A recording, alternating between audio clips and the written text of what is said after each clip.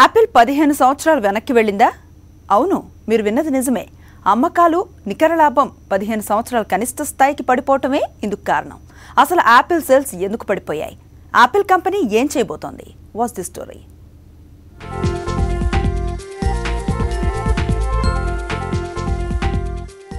Mobile ప్రపంచంలో తనకంటూ ఓ ప్రత్యేకతను ఏర్పరచుకున్న యాపిల్ ఫోన్ల అమ్మకాలతో పాటు నికర లాభం భారీగా తగ్గింది. 1997లో దివాళా నుంచి బయటకు వచ్చి ఇప్పుడు టాప్ స్థానంలో వెలుగొందుతూ ఉన్న యాపిల్ కంపెనీ అమ్మకాలు ఎందుకు తగ్గాయన్న దానిపై ఇప్పుడు విశ్లేషణలో పడింది యాపిల్ కంపెనీ.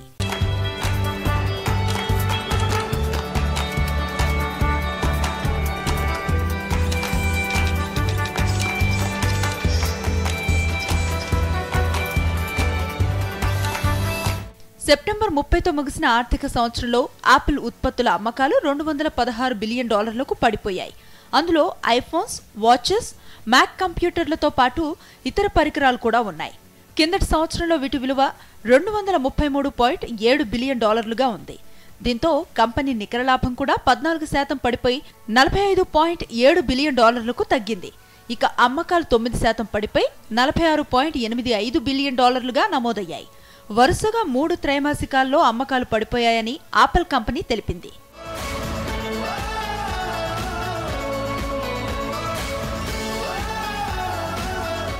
అమెరికాలో యాపిల్ ఐఫోన్ల వాటా 43.5%, యూకేలో 31.8% ఉందని, అది కిందటి ఏడాది కాస్త పెరిగిందని eMarketer.in సంస్థ తెలిపింది. అయితే భారీగా డిమాండ్ ఉన్న భారత్, చైనా లాంటి దేశాల్లో అమ్మకాలు పడిపోవటం కొంతమేర అమ్మకాలు క్షీణించడానికి కారణంగా చెప్తోంది యాపిల్. చైనాలో ఒకప్పుడు 9.2% మార్కెట్ వాటా ఉండగా అది ప్రస్తుతం 6.7%కి పడిపోయింది. చైనాలో అతి తక్కువ ధరతో సేమ్ ఫీచర్స్ తో ఫోన్లు అందించడం వలన ఇంతలా యాపిల్ ఫోన్ అమ్మకాలు అక్కడ పడిపోయాయట.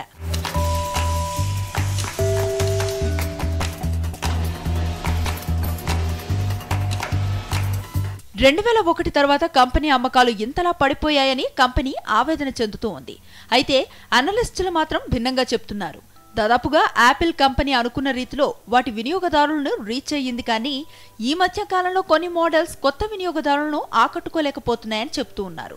ఇక సెప్టెంబర్ 2016 క్వార్టర్లో ఐఫోన్ 7, 7 ప్లస్, యాపిల్ వాచ్ 2 సిరీస్ల మార్కెట్ లాంచ్ తో అమ్మకాలు బాగానే పుంజుకున్నాయని యాపిల్ చీఫ్ ఎగ్జిక్యూటివ్ టిమ్ కుక్ అంటున్నారు. ముందు ముందు కొత్త మోడల్స్ ఆకట్టుకునే ప్రయత్నం చేస్తామన్న ఆశాభావాన్ని వ్యక్తపరుస్తున్నారు.